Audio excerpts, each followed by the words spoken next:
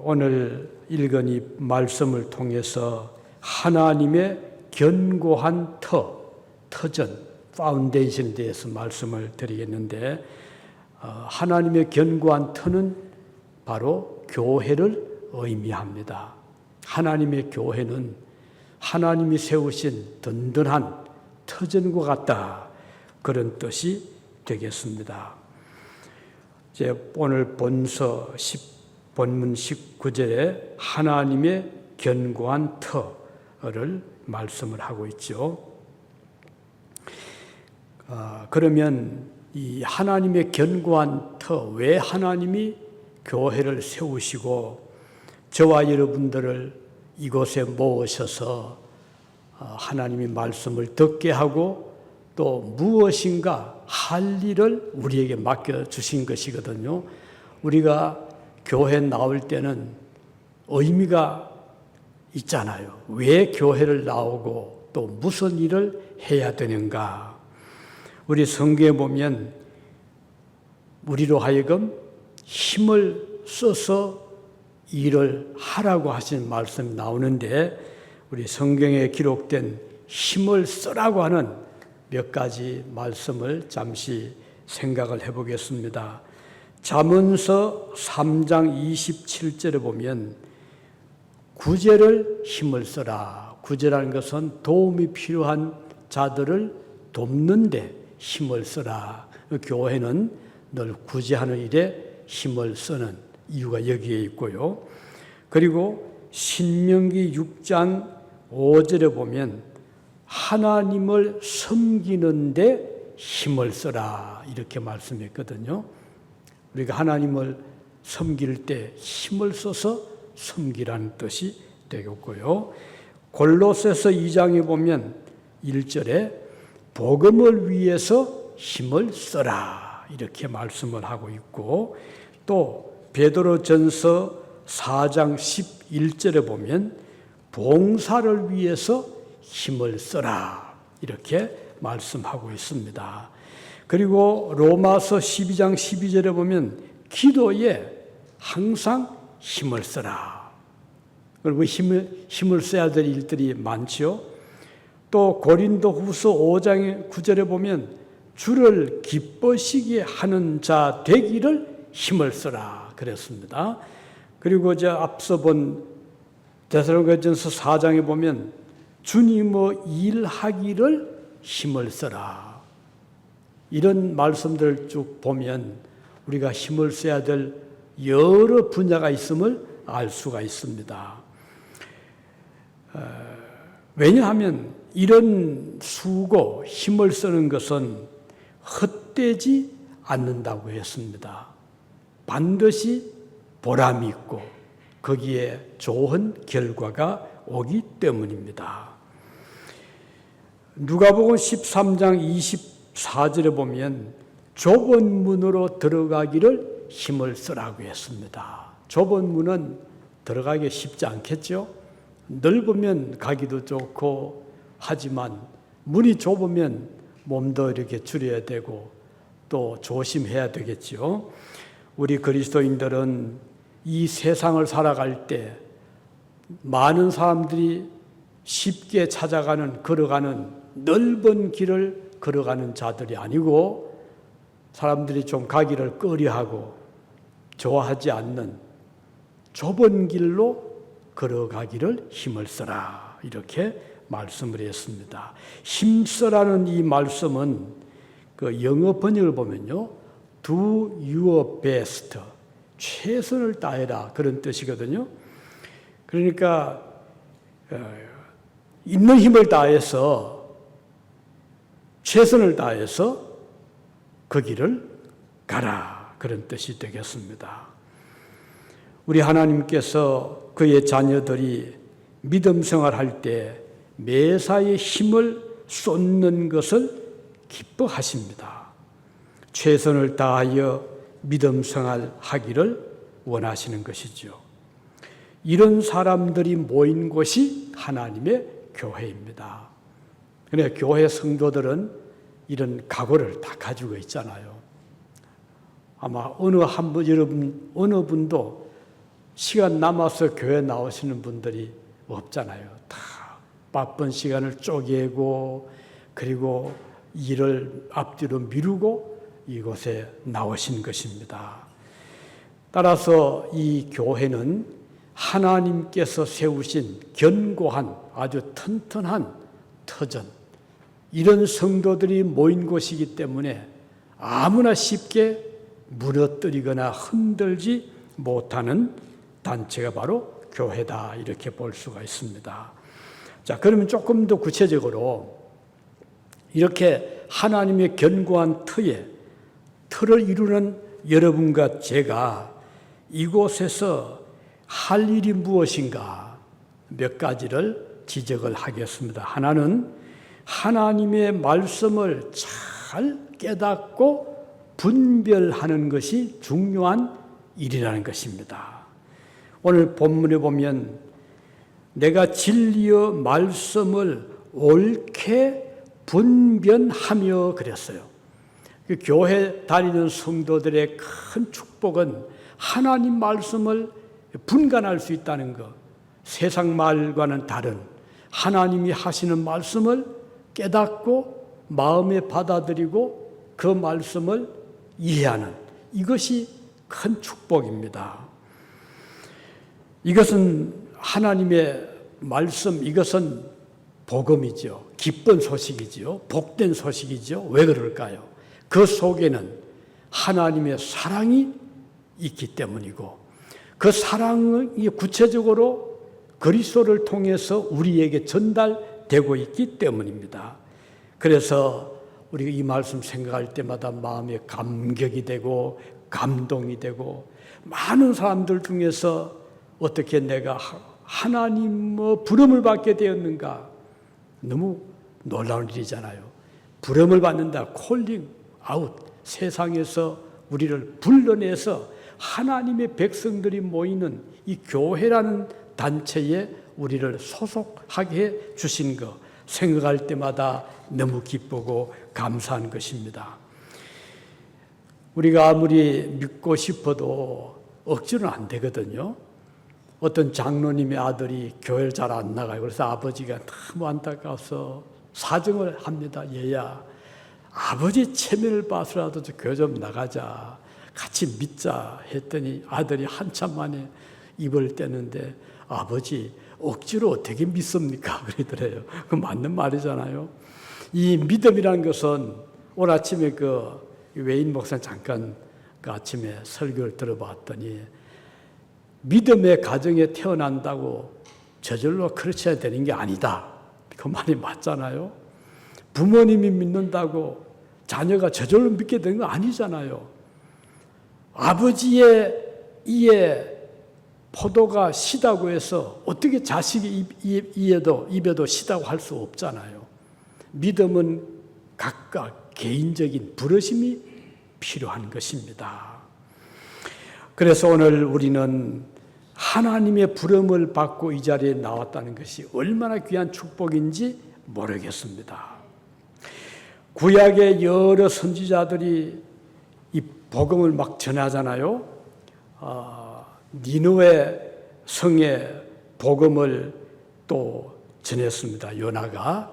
그런데 요나 생각에는 저 니느웨는 저 아랍 나라의 수도인데 이스라엘을 계속 공격을 했거든요. 요즘에 아랍 그 주변에 팔레스타인 여러 나라들이 이스라엘 공격하듯이, 그 옛날에도 니느웨라고 하는 그 성은 이스라엘을 괴롭히는 나라의 수도였거든요. 사람들도 많았고 힘도 있었고. 그런데 오늘 하나님께서 요나를 부르시더니, 요나야, 너 니느웨에 가서 복음을 전해라, 이렇게 부탁을 한 겁니다. 요나는 싫었어요. 하나님, 우리나라를 이렇게 괴롭히고 공격하는 저 아랍 나라의 수도 니느웨에 가서 제가 복음을 전해야 됩니까? 저 싫습니다. 근데 하나님이 가라고 하니까 어떻게 해요? 가긴 갔지요. 갔는데 입이 떨어지지 않습니다. 그래서 하나님께서 전해라. 앞으로 40일 후에 너희들이 회개하지 아니하면 이 성이 망할 것이라고 전해라. 그래서 억지로 그 말씀을 전했습니다. 그런 속으로는 제발 이 성민들이 내 말을 듣지 않았으면 싶었는데, 아니 그런데 그 성민들이 요나의 전도를 듣고는 나와서 회개를 하는 거예요. 왕도 와서 회개를 하고 백성도 회개하고 너무 싫었던 거예요. 그렇지만 하나님은 니느웨 성민들을 사랑해서 그들을 구원시켜 주셨습니다. 우리가 이 복음을 받아들이는 것은 사람 마음대로 할 수는 없어요. 어떤 때는 좀 전도를 듣지 않았으면 싶은 사람도, 악인들도, 교만한 자들도 하나님이 회개시키는 경우들이 있잖아요. 가령 사울도 그랬어요. 이 사울은 피박자였잖아요. 예수님의 제자들을 얼마나 박해하고, 또 서대반 같은 전도자를, 집사님을 돌로 쳐서 죽게 한 그 세력이 바로 그 중에 한 사람이 사울이었는데, 하나님이 사울을 불러서 회개시켜 사도가 되게 해 주셨거든요. 처음에는 제자들이 사울을 믿지를 못했어요. 우리를 잡으려고 거짓으로 회개한 것처럼 하는 게 아니냐. 그래서 가까이 가질 않았는데, 나중에 보니까 진실된 회개를 했잖아요. 그래서 바나바를 통해서 그 사울을 제자들과 만나게 하고, 그리고는 제자가 되게 해주셨어요. 자, 이 하나님의 교회는요, 이렇게 말씀을 듣고, 말씀을 깨닫고, 받아들이고, 영접하고, 믿음을 가진 자들의 모임이 바로 교회이기 때문에 이곳은 하나님의 든든한 터전이 된다. 우리는 비록 약하고 우리는 비록 부족함이 많지만 우리 하나님께서 여러분 개인을 불러주신 것입니다. 그래서 부름을 받은 자들의 모임 장소이기 때문에 아무도 이 하나님의 교회를 흔들거나 또는 넘어지게 하거나 또는 교회를 사라지게 하지를 못합니다. 지금까지 역사를 보면 기독교를 없애기 위해서 많은 시도들이 있었거든요. 초대교회 예루살렘 교회부터 시작해서 그 뒤에 이방 여러 지역의 유대인들이 따라다니면서 바울의 전도를 반대를 했잖아요. 또 우리 한국에도 초창기 선교사님들이 복음을 가지고 한국에 들어왔을 때 엄청난 반대가 있었잖아요. 그래서 순교도 많이 했고요. 또 엄청난 교회에 그 대한 피해가 성도들 많이 목숨을 잃었습니다. 그 중에 하나는 제사 문제 때문이었죠. 그동안 조상들을 세상을 떠나면 제사를 드려야 되는데 기독교 들어오면서 제사를 못 드리게 했잖아요. 그리고 얼마나 이 반대가 심했습니까? 그리고 미신. 그때 몸이 좀 아파도 감기만 걸려도 점을 하고 그렇게 해서 고치려고 했잖아요. 그런데 교회는 미신을 또 반대하고 점 보는 걸 반대하니까 또 엄청난 또 박해가 있었죠. 그 외에도 여러 가지 가문에서 믿는 자가 생기면 아예 가문에서 쫓아내기도 하고요. 그 많은 박해를 했습니다. 자, 그러다 보니까 대원군 시대도 때도 그랬고 이조 마렵 그랬고요. 그러나 선교사님들이 그 순교를 하면서도 포기하지 않고 복음을 전했거든요. 한국의 외국인들 묘지에 가면 선교사님들의 가족들의 무덤이 아직 많이 있는데 그 무덤을 쭉 보면은 그 중에는 어린 아이들 무덤도 많이 있거든요. 이렇게 목숨을 걸고 복음을 전한 그런 분들이 있었고, 그래서 교회는 없어지지 아니하고, 지금 북한에도 교회를 다 무너뜨렸지만 저는 통일이 되는 그때 제일 먼저 교회가 회복되리라고 믿습니다. 그래서 우리는 북한을 위해서 기도할 때마다 남한보다 북한의 기독교가 훨씬 더 발전이 됐었거든요. 평양에 신학교가 세워졌지요. 신의주라든지 뭐 여러 그 평양을 중심해서 교회들이 많이 세워졌는데 지금은 다 무너졌지요. 평양신학교 그 자리에는 김일성 주체탑이 세워질 정도로 지금 이렇지만 앞으로 언젠가는 회복될 날이 올 것을 믿습니다. 아무리 흔들어도 하나님의 견고한 터는 흔들리지 않는다. 무너지지 않는다는 것을 우리는 기억해야 되겠습니다. 자, 두 번째는 하나님의 교회가 견고한 터전이 되는 그 이유는 이 교회는 하나님께서 세우신 일꾼들이 교회를 받들고 섬기고 있기 때문입니다. 첫째는 복음의 말씀을 받고 부름을 받은 자들의 모임이기 때문이고, 두 번째는 하나님께서 좋은 일꾼들을 세우셔서 이들로 하여금 열심히 일하도록 한 단체가 교회이기 때문입니다. 이들을 부끄러울 것이 없는 일꾼이라고 말씀을 합니다. 좋은 일꾼이란 부끄러울 것이 없는 일꾼을 의미합니다. 부끄러움이 없다는 것은 떳떳하다는 의미가 됩니다. 그러니까 이 사람들은 양심의 거리낌이 없이 우리 마음속 깊은 곳에 이 보람과 또 기쁨을 가지고 주님의 일을 하는 일꾼들의 모임이 바로 교회입니다. 이 교회 일꾼들을 우리 성경은 운동하는 경기, 선수의 비유를 하잖아요. 이 선수들은 열심히 최선을 다해서 자기 맡은 그 분야에서 뭐 달리기를 하든 아니면 어떤 실험을 유도를 하든 또는 관역을 맞추는 양궁이든 축구 선수든 배구 선수든 농구 선수든 이 각 자기 맡은 그 분야에서 선수들은 최선을 다해서 경기에 임합니다. 부상을 입어도 포기하지 않잖아요. 관중들은 그들에게 격려의 박수를 아끼지 않습니다. 마찬가지로 우리 그리스도인들은, 주님의 일꾼들은 최선을 다해서 자기 맡은 사역을 부끄럼 없이 감당하기 위해서 노력을 하고 있습니다.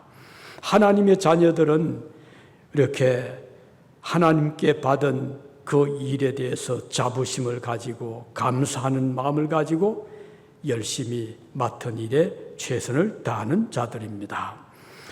이들이 바로 인정받는 하나님의 일꾼들이다 하는 것이죠. 때로는 일을 하면서 어려움도 겪지요. 또 힘도 듭니다.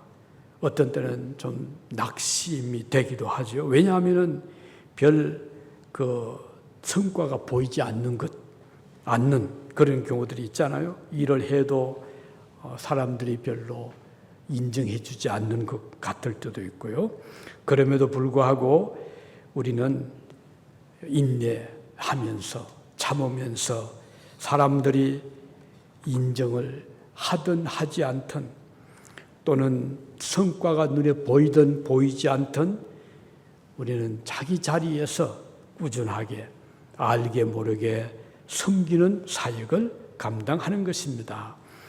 세월이 흐르면 언젠가는 뿌린 씨앗에 싹이 트듯이 언젠가는 열매를 맺듯이 오늘 여러분과 제가 주님의 교회, 부름받은 이 교회에서 알게 모르게 섬기는 사역들이 열매를 맺는 날이 반드시 올 것이기 때문입니다.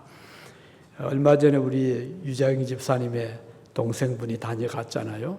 이 얘기를 하는 중에 한국에서 겉이라고 하는 여기도 있잖아요. 우리 황근사님 다니는 직장. 한국에도 그 회사가 설립이 되고 그곳에도 이제 기증을 받아 특히 이제 처음에 교인들로부터 물건들 쓰지 않는 것들 기증을 받아서 이제 이것을 이제 필요한 분들에게 싼 값으로 보급도 하고, 또 거기에 이제 한국에도 그 종업원들, 일하는 사람들을 이제 모집할 때 꼭 뭐 훌륭하고 또 건강하고 일 잘하는 사람들만 채용하는 것이 아니고, 하이하는 것이 아니고, 좀 몸이 편치 못한 또는 장애자들도 이렇게 영입을 해서 일을 하게 하는, 이거 보람이잖아요. 그런데 거기에 이제 우리 은행 그 은행장이 1년에 그때 3억인가 얼마를 서포트하겠다는, 그 아주 얼마나 고무적입니까? 가만히 들어보니까 우리 은행장이 우리 교회 출신이잖아요. 임종용 집사님, 집사님이었죠. 근데 이분이 그 일을 했더라고요. 전 너무 마음에 감격이었습니다. 임종용 집사님은 저희 교회 몇 년 다닐 때 참 열심히 사역을 했어요. 그리고 우리 10일간 농장에 그 나무를 심다, 아직 기억이 나요. 나무를 심는데 그 땅 파기 어렵잖아요. 한 번도 땅을 파보지 않은 분이 그 땅을 파더니 손에 물집이 생겨가지고 절철면 그런 기억이 나는데, 어떻든 이제 이곳을 떠나서 한국에 가서 참 훌륭한 일을 많이 했습니다. 청와대에서 재무관으로 일도 했고, 금융감독위원장으로 일도 했고, 지금은 우리 은행장으로서 일하고 계시는데, 그런데 보람을 가집니다. 참 좋은 일 하시는구나. 그 마음속에 그리스도의 마음이 있잖아요. 그러니까 그런 좋은 뜻을 이제 펼치는 것을 보면서, 오늘 여러분과 제가 그동안 알게 모르게 사역하고 일한 그 일이 이렇게 언젠가 세월이 흐르면 예기치 못한 장소 자리에서 열매가 맺히는 것을 보게 됩니다. 아무쪼록 이 견고한 이 터전, 우리 주님께서 불러주신 백성들이 사역하는 곳이기 때문에 흔들리지 않는다. 세 번째로, 하나님의 교회가 견고한 터전이 되는 이유는 우리 자신을 하나님 앞에 드리기를 힘쓰는 자들의 모임이기 때문입니다. 우리가 살아갈 때 우리 자신을 위해서 살아가는 것은 아니잖아요. 물론 하나님 없는 사람들이야 모든 삶의 목표, 방법이 나만을 위한 것이 될 수 있지만, 우리 하나님의 교회의 성도들은 살아가는 목적이 나만을 위한 것이 아니거든요. 오늘 하루를 살아갈 때도 무엇인가 하나님이 기뻐하시는 그 뜻을 생각을 하면서 누구에게인가 도움을 베풀 수 있는 하루가 되기를 위해서 우리는 기도를 하잖아요. 오늘 본문 15절에 보면, 너는 진리의 말씀을 옳게 분별하여 부끄러울 것이 없는 일꾼으로 인정된 자로 자신을 하나님 앞에 드리기를 힘쓰라, 이렇게 말씀했습니다. 우리 자신을 하나님께 드리는 일은 매우 귀한 일입니다. 하나님의 은혜를 받은 사람은 내 자신도 무엇인가 하나님께 드리기를 힘쓰는 것입니다. 소요리 문답 제1문답에 우리가 자주 듣죠.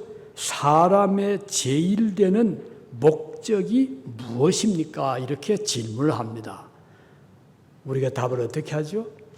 나의 사는 제일 첫째 가는 목적이 뭔가? 대답하기를, 사람의 제일 되는 목적은 하나님을 영화롭게 하는 것이다. 정말 얼마나 멋진 대답입니까? 내가 살아가는 목적을 하나님께 딱 맞출 수 있다는 것은 목적 중에서도 가장 소중한 것입니다. 하나님을 영화롭게 하는 것과 영원토록 그 하나님을 즐거워하는 것이다. 이 말은 하나님께 영광 될 일을 위해서 우리 자신을 헌신하는 뜻이 되겠습니다. 하나님의 영광된 일에 자신을 드리기를 힘을 쓸 수 있다면, 그래서 믿음 생활은 매사에 하나님의 존재를 인정하고 그리고 하나님의 뜻을 존중하며 하나님 기뻐하시는 일을 따라 사는 것이 우리 믿음 생활의 목적이라는 것입니다. 주님께서 기뻐하시는 뜻을 따라 살아가는 삶, 신앙생활은 이론에 그치는 것이 아닙니다. 하나님의 존재를 믿습니까? 예, 믿습니다. 하나님 계시죠. 그러면 하나님을 의지합니까? 예, 의지하죠. 기도합니까? 예, 기도하죠. 여기에 그치는 것이 아니고 우리 그리스도인들은 하나님의 뜻을 위해서 내 자신을 드릴 수 있는 삶, 이것이 헌신의 삶인 것입니다. 야고보 사도는 말했죠. 행함이 없는 믿음은 죽은 믿음이다 그랬어요. 우리는 살아있는 산믿음을 가져야 되지 않겠습니까? 우리의 신앙은 살아 약동하는, 역사하는 믿음을 진정한 믿음이라고 할 수가 있습니다. 이것이 생명체이죠. 우리가 많은 믿음의 백성들의 삶을 보면 그들은 이렇게 자신의 목숨을, 자신의 모든 힘을 하나님을 위해서 드린 삶을 볼 수가 있습니다. 오늘 우리 이삭이라는 사람을 알죠? 아브라함의 아들 이삭. 그런데 하나님께서 아브라함에게 몇 개 아들을 주셨죠. 그 아들이 이삭입니다. 100세에 얻은 아들이거든요. 얼마나 귀한 아들이겠습니까?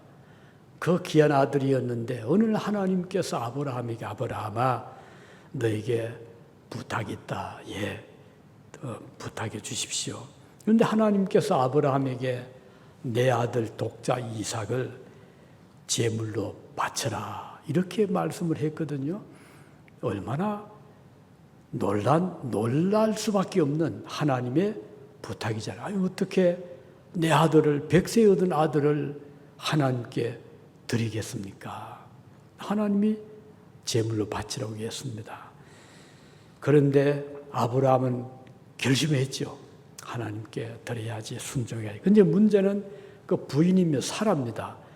엄마의 마음은 또 다를 수 있잖아요. 만일에 아브라함이 그 말을 듣고 부인과 의논을 했다면 부인이 어떻게 반응을 했겠습니까? 아니, 당신 정신이 돌아서 100세가 되더니 어떻게 아들을 하나님께 드린다고 생각을 하시오? 당장에 반대하지 않았겠습니까? 그래서 아브라함은 아예 부인과는 의논도 안 했어요. 그리고는 부인에게는 내가 저 산에 가서 제사를 드리고 오겠다 하고 이야기를 하고 아들을 데리고 산으로 갔잖아요. 그리고 아들을 제단에 제물로 드리기로 작정을 했고 실제로 드렸습니다. 물론 하나님께서 급히 막으셨죠. 아브라함아, 내 칼을 도로 집에 꽂아. 이걸 보면 아브라함이 칼을 뽑았습니다. 왜요? 아들을 제물로 드리기 위해서. 양을 제물로 드릴 때 양의 그 목을 찌르잖아요. 아브라함이 그런 생각을 가졌던 거예요. 하나님 막아주셨죠. 그것은 하나님께서 네가 드린 거나 마찬가지다. 이제 내 믿음을 알겠다라고 하셨습니다. 자, 우리 가끔 하나님께서 여러분과 저에게도 우리의 믿음을 보시고 싶어 할 때가 있지 않겠습니까? 그런데 우리가 거기에 그만 아이 하나님 전 이거 절대 못합니다. 이렇게 하면 그 하나님의 테스트에 합격하지 못하는 것이 되겠죠. 그런데 하나님의 견고한 터는 하나님 앞에 우리 자신을 드리기를 기뻐하는 자들의 모임이다. 하나님 앞에 우리가 아낌없이 드릴 수 있다면 그것은 견고한 터를 더 든든하게 하게 되는 것입니다. 우리 하나님의 견고한 터는 이렇게 그리스도인들의 성도들이 마음의 결심과 각오를 하면서 하나님을 위해서라면 어떤 것도 주저하지 않고 아끼지 않고 모든 것을 드릴 수 있는 그 이유는 이미 우리가 받은 것이 그보다 더 크잖아요. 하나님의 아들 독생자 예수님을 하나님께서 보내주셨고 그 예수님은 자기의 목숨을 십자가에 바쳐 주신 이런 은혜를 우리는 이미 받고 있습니다. 그렇기 때문에 설령 우리 자신을 주님 앞에다 드린다고 해도 하나님께서 우리에게 베푸신 것과 비교를 한다면 그 비교가 되지 않잖아요. 그런 의미에서 오늘 우리 교회는 우리 성도들 중에서도 자신을 아낌없이 드리고자 하는 자들이 우리 교회에 함께하기 때문에 견고하여 흔들리지 않는 그런 든든한 기초가 된다, 이렇게 볼 수가 있습니다. 자, 이제 오늘 이 말씀을 정리하면서 이 세상의 삶은 잠깐 있다가 사라지는 안개와 같습니다.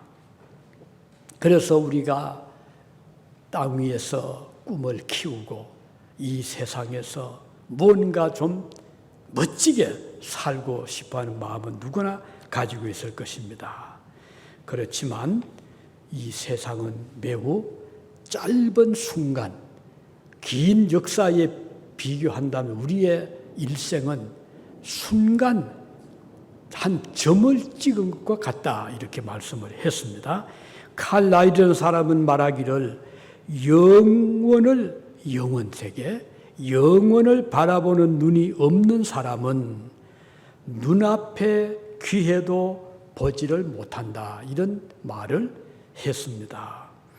오늘 우리가 사는 이 시간, 우리의 삶은 우리에게는 매우 길어 보이기도 하고 중요한 시간으로 보이지만 그러나 사실은 매우 짧다는 거, 금방 지나간다는 거, 순간이라는 거,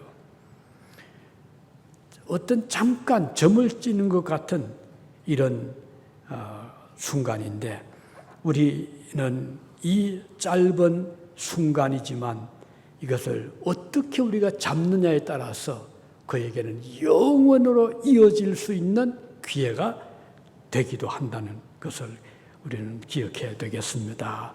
활을 쏘는 궁사, 이번에 우리 양궁에서 우리 한국 선수들이 거의 석권을 했더라고요.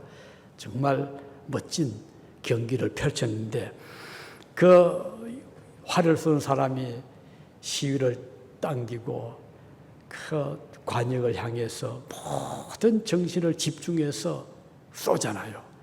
그런데 중요한 것은 그 활을 쏘기 직전까지 정신을 통일하고 모든 것을 집중해서 그리고 활을 이제 쏘아야 그 관역에 맞추잖아요.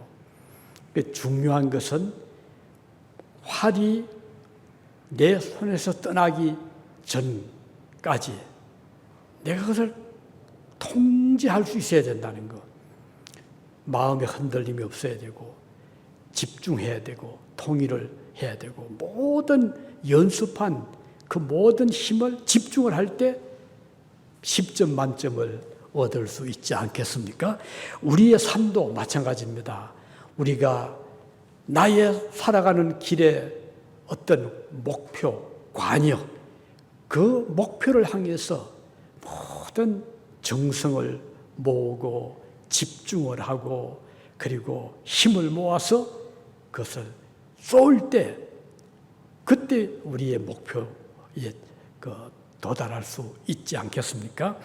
그것이 바로 주님을 향한 우리들의 그 정성 또 우리의 그 집중된 그 마음의 자세, 헌신의 자세가 되겠습니다. 우리는 이 세상 하나님께서 보내실 때 우리로 하여금 각자에게 맡겨주신 사명, 그것이 뭘까요?